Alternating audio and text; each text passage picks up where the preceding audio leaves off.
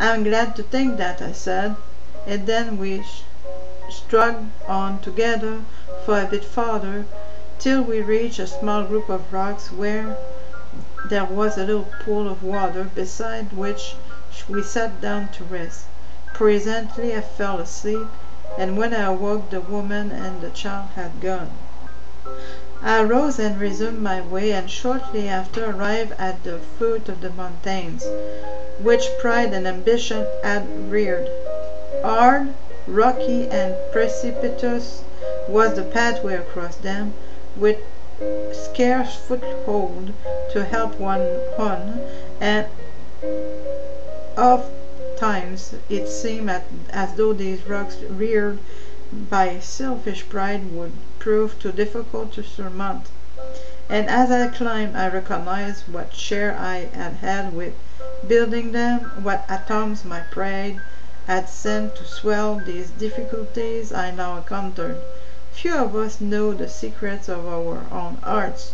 We so often deem that it is a far nobler ambition than mere self-aggrandizement which inspires our efforts to place ourselves on a higher level than our fellow men who are not so well equipped for the battle of life. I look back upon my past with shame, and I recognize one great rock after another to be the spiritual emblems of my stumbling blocks, which I had placed on the path of my feebler brothers, whose poor crude efforts had once seemed to me only worthy of prompt extension of the interests of all true art, and I longed to have my life to live over again, and I might do better with it, and encourage where I had once condemned, help where I had crushed. I have been so hard to myself, so eager again to attain to the highest possible excellence, that I had never been satisfied with any of my own efforts, even when the applaud of my fellows was ringing in my ears, even when I had carried off the highest prizes for all competitors, and so I had thought myself entitled to exact as I had a standard for all who sought to study my beautiful art. I could see no merit in the efforts of the poor strugglers, who were as infants beside the great masterminds. Talent, genius, I could cordially admire, frankly appreciate, but with complacent mediocrity I had no sympathy.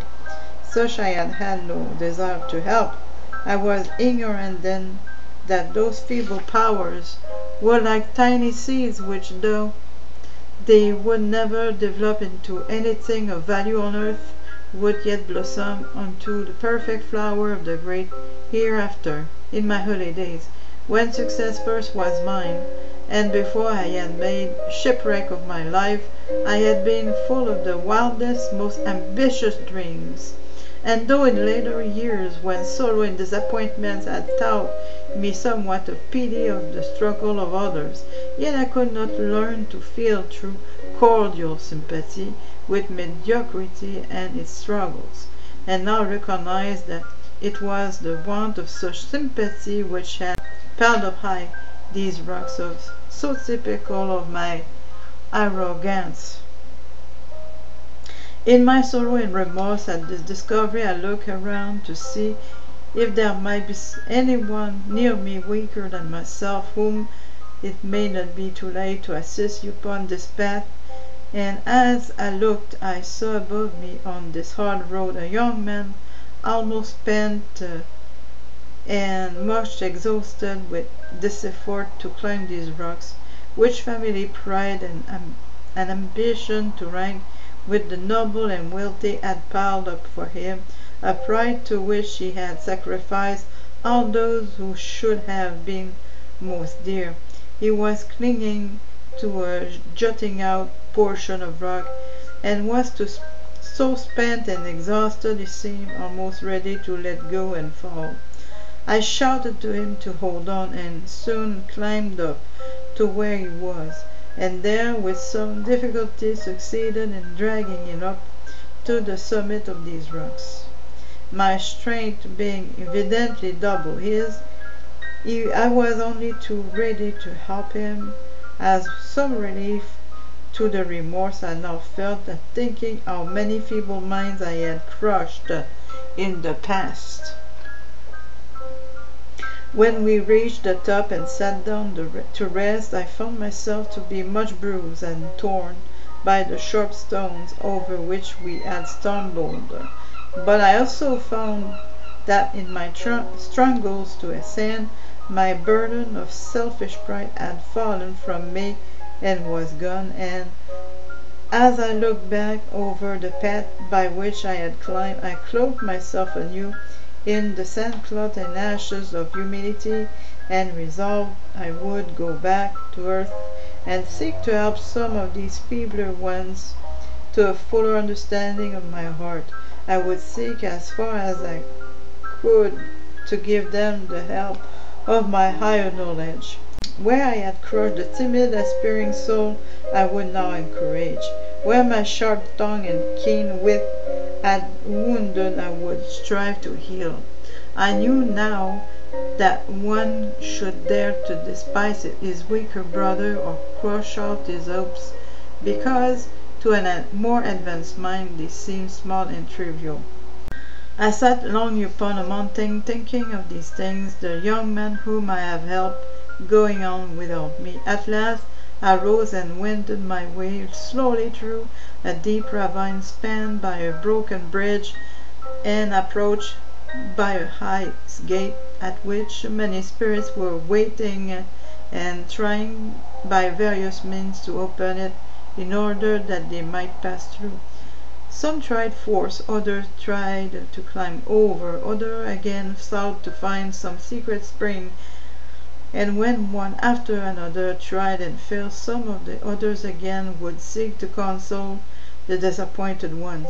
As I drew near, 6 or 7 spirits who still hovered about the gate drew back, curious to see what I would do. It was a great gate of what looked to me like sheets of iron, though its real nature I do not even know now.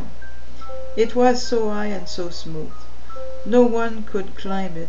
So solid it was vain to dream of forcing it, so vast there appeared no chance of opening it. I stood in front of it in despair, wondering what I should do now, when I saw a poor woman near me weeping most bitterly with disappointment. She had been there some time and had tried in vain to open the gate. I did my best to comfort her and gave her all the hope I could, and while I was doing so, the solid gate before us melted away and we passed through. Then as suddenly I saw it rise again behind me, while the woman had vanished, and beside the bridge stood a feeble old man, bent nearly double. As I was still wondering about the gate, a voice said to me, "That is the gate of kind deeds and kind thoughts. Those who are on the other side must wait till their kind thoughts and acts for others are heavy enough to weigh the gate down, when it will open for them, as it did for you, who have tried so hard to help your fellows." I now advanced to the bridge, where the old man was standing poking about with his stick, as if feeling his way and groaning over his helplessness. I was so afraid he would fall through the broken part without seeing it, that I dashed impulsively forward and offered to help him over. But he shook his head. "No, no, young man, the bridge is so rotten, it will never bear your weight and mine. Go on yourself and leave me here to do the best I can." "Not so, you're feeble and old enough to be my grandfather, and if I leave you, you will most likely drop through the broken place. Now I am active and strong, and it will go hard with us, if you do not contrive somehow to get us both across." Without waiting for his reply, I took hold of him and hoisted him on to my back, and telling him to hold tight by my shoulders, I started to cross the bridge. Sapristi was a way that old man seemed. Sinbad's Old Man of the Sea was a joke to him. That bridge, too, how it creaked, groaned, and bent under our weight. I thought we must both be tumbled into the shaft below, and all the time the old man kept imploring me not to drop him. On I struggled, holding with my hands as well as I could, and crawling on all fours when we reached the worst part. When we got to the middle, there was a great ragged hole, and only the broken hands of the two great beams to catch hold of. Here I did feel it a difficulty. I could have swung myself across, I felt certain, but it was a different thing with that heavy old man clinging to me and half choking me. And a thought did cross my mind that I might have done better to leave him alone, but that seemed so cruel to the poor old soul that I made up my mind to risk it. The poor old man gave a great sigh when he saw how matters stood, and said, "You had better abandon me after all. I am too helpless to get across, and you will only spoil your own chance by trying it. Leave me here and go on alone." His tone was so dejected, so miserable, I could never have so left him, and I thought to make a desperate effort for us both, so telling him to hold on tight, and I grasped the broken beam with one hand, and making a great spring, I swung over the shaft with such a will we seemed to fly across, and alighted upon the other side unharmed. As I looked back to see what we had escaped, I cried out in an astonishment, for there was no break in the bridge at all, but it was as sound a bridge as I ever saw, and by my side there stood, not a feeble old man, but Arinziman himself, laughing at my astonishment. He put his hand upon my shoulder and said, "Franchezzo, my son, that was but a little trial to test if you would be unselfish enough to burden yourself with a heavy old man when your own chance seemed so small. I leave you now to encounter the last of your trials, and to judge for yourself the nature of those doubts and suspicions you have cherished. Adieu, and may success attend you." He turned away from me and immediately vanished, leaving me to go on alone through another deep valley which was before me. It lay between two precipitous hills, and was called the Valley of the Phantom Mists. Great wreaths of grey vapour floated to and fro and creaked thus the hillsides, shaping themselves into mysterious phantom forms and hovering around me as I walked. The farther I advanced through the ravine, the thicker grew these shapes, growing more distinct and like living things. I knew them to be no more than the thought creations of my earthly life, yet seen in this life like a palpable form, they were like haunting ghosts of my past, rising up in accusing array against me. The suspicions I had nursed, the doubts I had fostered, the unkind, unholy thoughts I had cherished, all seemed to gather round me, menacing and terrible, mocking me and taunting me with the past, whispering in my ears and closing over my head like great waves of darkness. As my life had grown more full of such thoughts, so did my path become blocked with them, till they hemmed me on every side, such fearful, distorted, hateful-looking things. And these had been my own thoughts. These mirrored the state of my own mind towards others. These brooding spirits of the mist, dark, suspicious, and bewildering, confronted me now and showed me what my heart had been. I had had so little faith in goodness, so little trust in my fellow man, Because I had been cruelly deceived, I had said in my haste, all men, and women too, are liars, and I had sneered at the weakness and the folly around me, and thought it was always the same thing everywhere, all bitterness and disappointment. So this stout creation had grown up, mass upon mass, till now I had sought to battle with them. They seemed to overwhelm and stifle me, wrapping me up in great vaporous folds of their phantom forms. In vain I sought to beat them off, to shake myself free from them. They gathered round and closed me in heaven as my doubts and suspicions had done. I was seized with horror, and felt as if they had been living things that were sweeping me to destruction. And then I saw a deep, dark crevasse open in the ground before me, to which these phantoms were driving me, at a gulf into which it seemed I must sink unless I could free myself from these awful ghosts. Like a madman I strove and wrestled with them, fighting as for dear life, and still they closed me in and forced me back and back towards that gloomy chasm.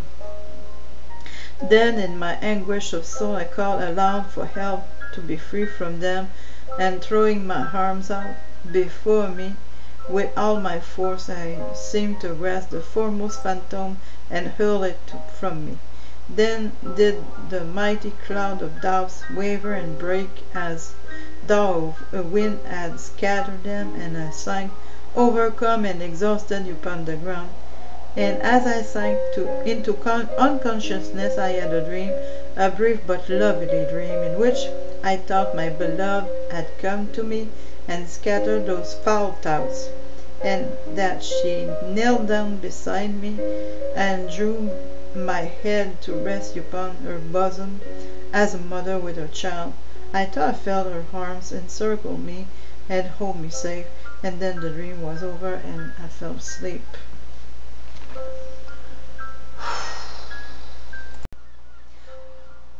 When I recovered consciousness, I was resting still in that valley, but the mists had rolled away, and my time of bitter doubt and suspicion was past. I lay upon a bank of soft green turf at the end of the ravine, and before me there was a meadow watered by a smooth, peaceful river of clear crystal water. I arose and followed the windings of the stream for a short distance, and arrived at a beautiful grove of trees. Through the trunks I could see a clear pool of whose surface floated water lilies. There was a fairy-like mountain in the middle, from which the spray fell like a shower of diamonds into the transparent water. The trees arched their branches overhead, and through them I could see the blue sky. I drew near to rest and refresh myself at the mountain, and as I did so, a fair nymph in a robe of green gossamer and with a crown of water lilies on her head drew near to help me. She was the guardian spirit of the fountain, and her work was to help and refresh all weary wanderers like myself. In her life, between commas, said she, quote, I live in the forest, and here in the spirit land I find a home surrounded by the woods I loved so well. She gave me food and drink, and after I had rested a while showed me a broad pathway through the trees, which led to a home of rest, where I might repose for a time. With a grateful heart I thanked this bright spirit, and following the path soon found myself before a large building covered with honeysuckle and ivy. I had many windows and wide open doors, as though to invite all to enter. It was approached by a great gateway of what looked like wrought iron, only that the birds and flowers on it were so lifelike they seemed to have clustered there to rest. While I stood looking at the gate, it opened as by magic, and I passed on to the house. Here several spirits in white robes came to me, and I was conducted to a pretty room whose windows looked out upon a grassy lawn and saw fairy-like trees, and here I was bidden to repose myself. On awakening, I found my pilgrim dress was gone, and in its stead there lay my light grey robe, only now it had a triple border of pure white. I was greatly pleased, and arrayed myself with pleasure, for I felt the white to be a sign of my progression. White in the spirit world, symbolizing purity and happiness, while black is the reverse. Presently I was conducted to a large pleasant room, in which there were a number of spirits dressed like myself, among whom I was pleased to recognize the woman with the child whom I had helped across the plains of repentance and tears. She smiled much more kindly on the child, and greeted me with pleasure, thanking me for the help, while the little one climbed upon my knees and established himself there, as a earthly child might have done. As ample repast of fruits and cakes, and the pure wine of the spirit land was set before us, and when we were all refreshed and had returned our thanks to God for all his mercies, the brother who presided wished us all Godspeed, and then with grateful hearts we bade each other adieu, and set forth to return to our own homes.